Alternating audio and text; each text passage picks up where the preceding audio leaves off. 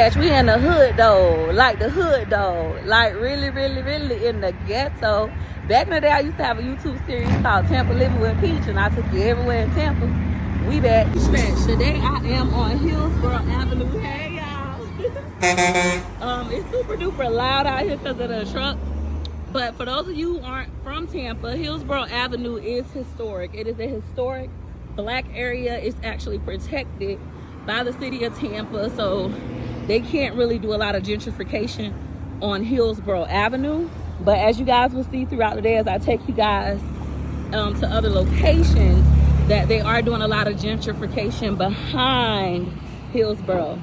Now, Peach Patch, we just went and looked at Meridian Apartments, and I just wanted to give you guys a view of what the outside looks like, as we are all super eager to take a look, and some of you guys are super eager to move into these brand new tax credit low income apartments directly behind this area. You guys can kind of see a peek through the garage over there, right? So one benefit about living in the hood and the ghetto, Meridian or even East, is that you're essentially by everything. This is city living in Tampa. So when you come out of your apartment, you got Burger King, Taco Bell, City Trends, Rainbow, etc. on this street. You got the laundromat, you got Little Caesars Pizza. Also, the older community plus these, they have washer and dryer connections. Some even include washer and dryer hookup. I'm pretty sure, washer and dryers in the unit. I'm pretty sure they'll have the washer and dryers included. Most tax credit properties do. And then over here, this is the African shop I come to in this plaza. But you have the shoe store. You have Five Below, which is new, right? They be stealing their butt off in there. I actually was getting my hair done and the girls was stealing, but I ain't have my phone readily available to get y'all some footage. But they literally park in front of the store, running there, steal about 4 to 5 people at a time, jump back in their car. You got Ross Dress for Less.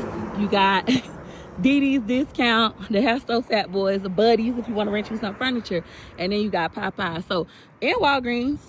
So living in the hood could be a good thing. You're also on the main bus line. So if you need to get somewhere, you ain't got no car, and it's not within this walking distance, you could literally just hop on a bus and go on about your business. Also, it's not too far from bus. I think it's bus 2 that they made free. Like, you don't never got to pay bus fare. It's absolutely free. I mean, it's a hike if you got to walk, but if you could get on one bus and transfer down there, you end up like swim well.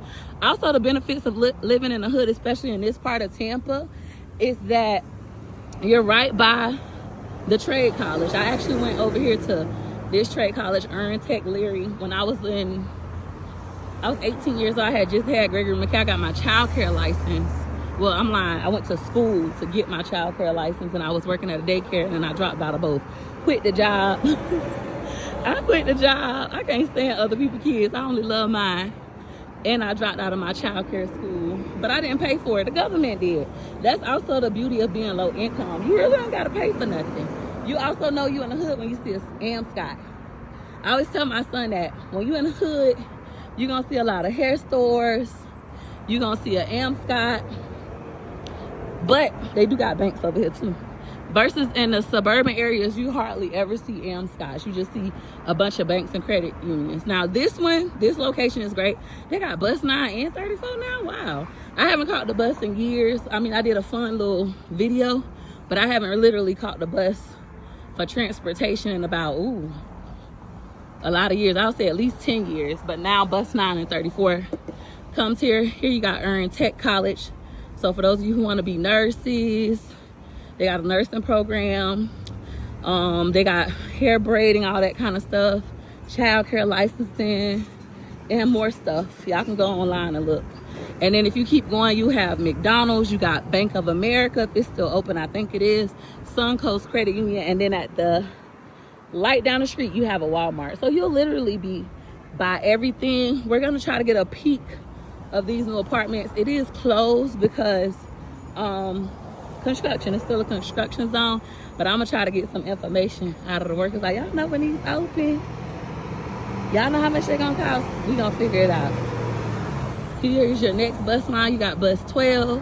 So you literally can get wherever you need to go. For those of you who are looking to move into Tampa, Florida, you can move into Meridian. They have a couple 2 bedrooms available, $1,286 a month. And then they have 4 bedrooms, 2 baths becoming available in June and July.